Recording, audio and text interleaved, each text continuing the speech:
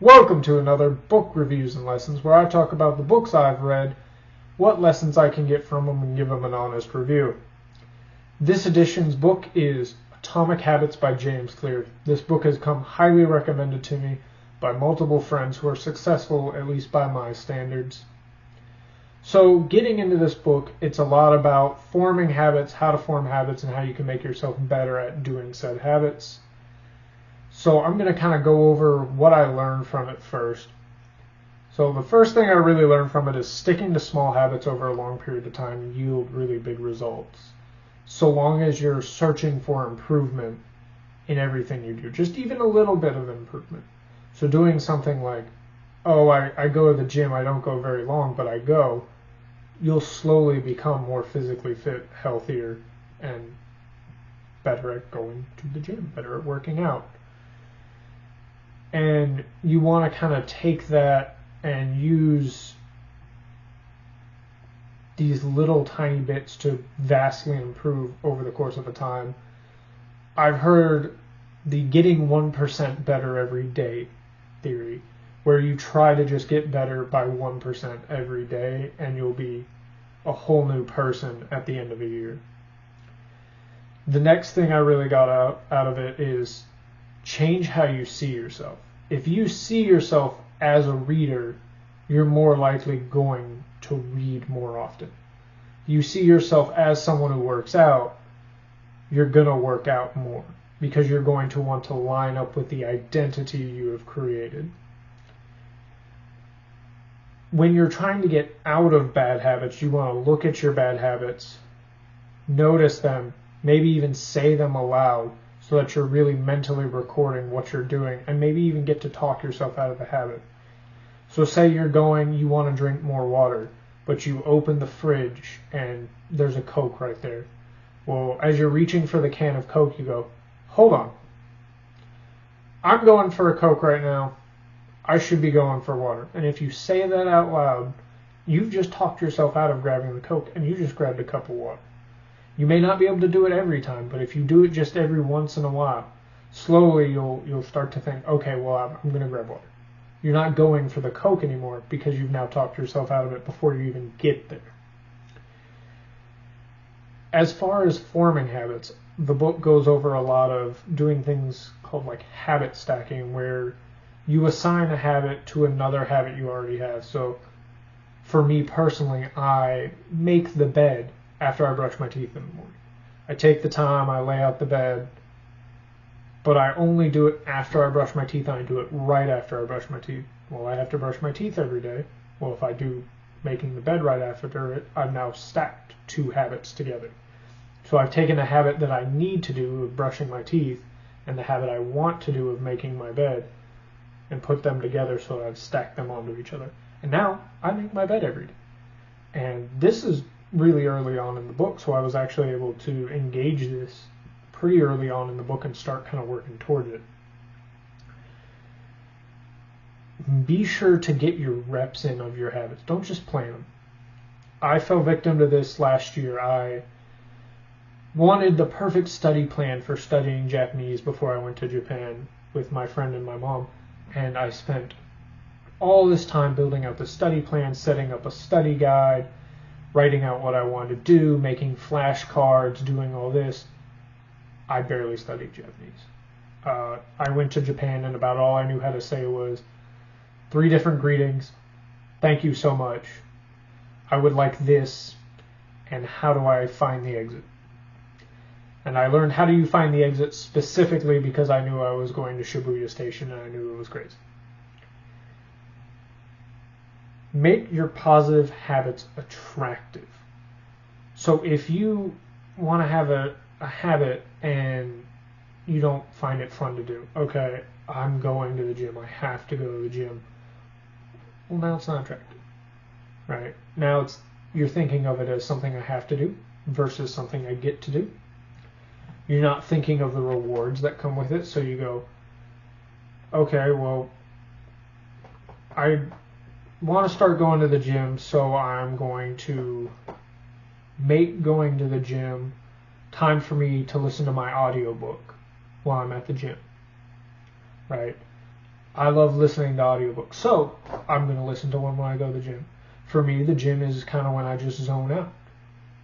Whenever I work out, I zone out. So I was able to use that as my zone out time.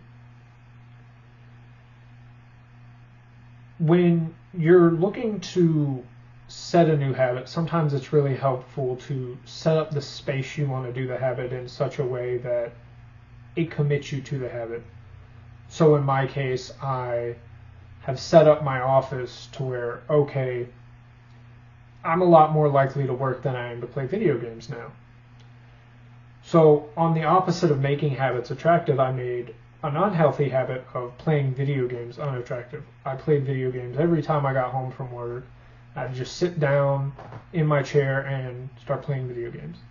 Well, now I unplug my game system every time. So every time I'm done playing a game, I unplug the game system, unplug it from the wall, and then I go and put the power cable in a closet in my office so that I can't even see the power cable. I can't turn the system on, nothing. When you're breaking apart things, say you want to go to bed and you want to do better. Well, in my case, I've started putting my phone in my office to charge at night. So it's not in my room. I can't grab it and play on it as I'm laying down for bed. I can't screw around on my phone without having to get up and go to another room to play on it. Going back to getting started on habits, when you're doing a new habit, on top of habit stacking, you also might do a gateway habit. So an example given in the book was every time someone got off work, they would just go to the gym for 5 minutes. They wouldn't go work out. They wouldn't try to slam out a workout because that's using motivation, but it might not last. But if they just make the habit of stopping at the gym on their way home, just pulling into the parking lot, going in, scanning their key card, and doing whatever for 5 minutes at the gym, well, now you might start going, okay, well, I'm already here. Let me get on the treadmill. All right, let me start jogging on the treadmill. Well, now you're going to the gym 3 days a week and jog. But you were only standing there for 5 minutes 2 months ago. You want to, excuse me, you want to make sure you're starting it, tying your running shoes and going and walking out the door. Okay, yeah, you're not running a mile like you want to every day, but you're doing something. You're taking that step. You're getting the reps in. If you don't get satisfaction from a habit, you're not going to repeat. So if you go to the gym, and this is where it kills a lot of people, they go to the gym and they don't see any results after a couple weeks, and well, now they're not motivated. They get satisfaction from it. Well, a way that was brought up in the book to get satisfaction even from things that don't have immediate returns, which many good things don't, is to create a habit tracker. So habit trackers allow you to really keep track of what you do, and part of the satisfaction you get out of that is hitting the check in the book next to the habit you want to do, tapping on the app that says, okay, I've done 10 push-ups today, or I've cleaned for 15 minutes. I have a habit tracker for cleaning, because I clean for 15 minutes every day, so I use the habit tracker to keep track of that. I only mark it when I do it, but it feels really good to mark it. And for doing 100 sumo stomps a day, since I'm a sumo wrestler, doing those sumo stomps every day and getting to mark it off in my habit tracker feels really good. You can do something like, if you're really into social media, recording you doing this new habit every day. I currently record my Shiko every day to post for inspiration for other sumo wrestlers and for myself to be able to look back and be like, wow, my Shiko sucked 30 days ago, but I'm doing okay now, or wow, my squat's getting better, or whatever it may be. When you're trying to break a habit, usually you have a bad habit because it's enjoyable or you enjoy it. An example from the book was this couple liked to go out and eat. but they also wanted to save money for a trip to Europe.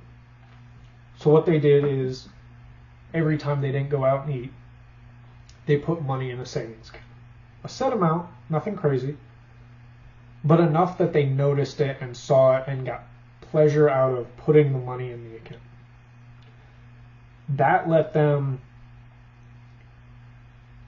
feel good about not doing anything. So not going out and getting dinner, instead cooking something at home, or even just microwaving a frozen meal that was cheaper than going out, let them put money aside for their trip.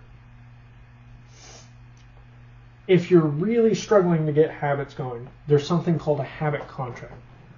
Now, you can be as light or as brutal as you want, but the punishment and the rewards have to outweigh the hump to get the habit started. So if you don't want to, if going to the gym is really hard for you to get going, you might make a habit tracker that says, if I go to the gym 3 times this week and work out for at least half an hour, I can get an ice cream on the weekend.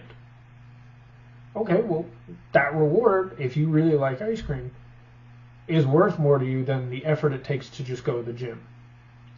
Or an example in the book was a guy wasn't weighing himself and wasn't tracking his diet, so he made a plan where if he didn't track his diet and he didn't track his weight every week, he had to give his personal trainer $200. Well, that's a really big deal. That's a really big inconvenience. So now you're looking at it and going, I don't want to shell out $200 for something as simple as tracking my food and stepping on the scale. Yeah, it takes time, but not $200 worth of time. So we started tracking everything because he didn't want to shell out the $200. The only thing is when you do have to do the punishment, or it does come time to maybe not get that reward at the end of the time, you have to be committed enough to do it and have someone responsible. Currently, I'm starting to work on making habit contracts easier to form through an app or something like that, and I'm actually planning that out with a friend, and we're going to start working on that pretty soon. Just because I want to give that a try, because I have been struggling with some of my more ambitious habits, like starting a business, building apps, which makes it even funnier that I'm building an app to track building an app. But little things. And kind of the final point I was able to take out of this book, as this video gets very long, is to master trivial habits. So if you master the small things in your day-to-day, you no longer have to think about them. So if you master, okay, before I go to bed, I'm going to do 20 push-ups, and you just don't think about it, and it becomes this little thing, well, now you can start planning out workouts, going and doing full workouts. And you've gotten good enough at push-ups that you can just throw them in. Or when you're learning chess, mastering knowing where all the pieces move. If you do something like that, it becomes trivial to you. Now you can start mastering actually playing the game. So mastering those little habits really give you a lot of exponential growth, almost overnight once you've gotten them done. So like mastering coding, the basics of coding, well, now you know how to develop a video game or a phone app, what have you. In review, I think this book was really helpful, especially since I've already been able to put it into practice with making the bed, doing my Shiko and recording it, finding ways to make sure I clean every day, using habit trackers, which are something I've used in the past, but I haven't been stringent on until I had heard through the book kind of some of the research. I think the book is a really good read for anyone who's looking to start new habits or improve themselves, so I highly recommend it. Tune in next time for the next book. If you have any books you want me to review or pull lessons out of, leave them in the comments below. Thank you.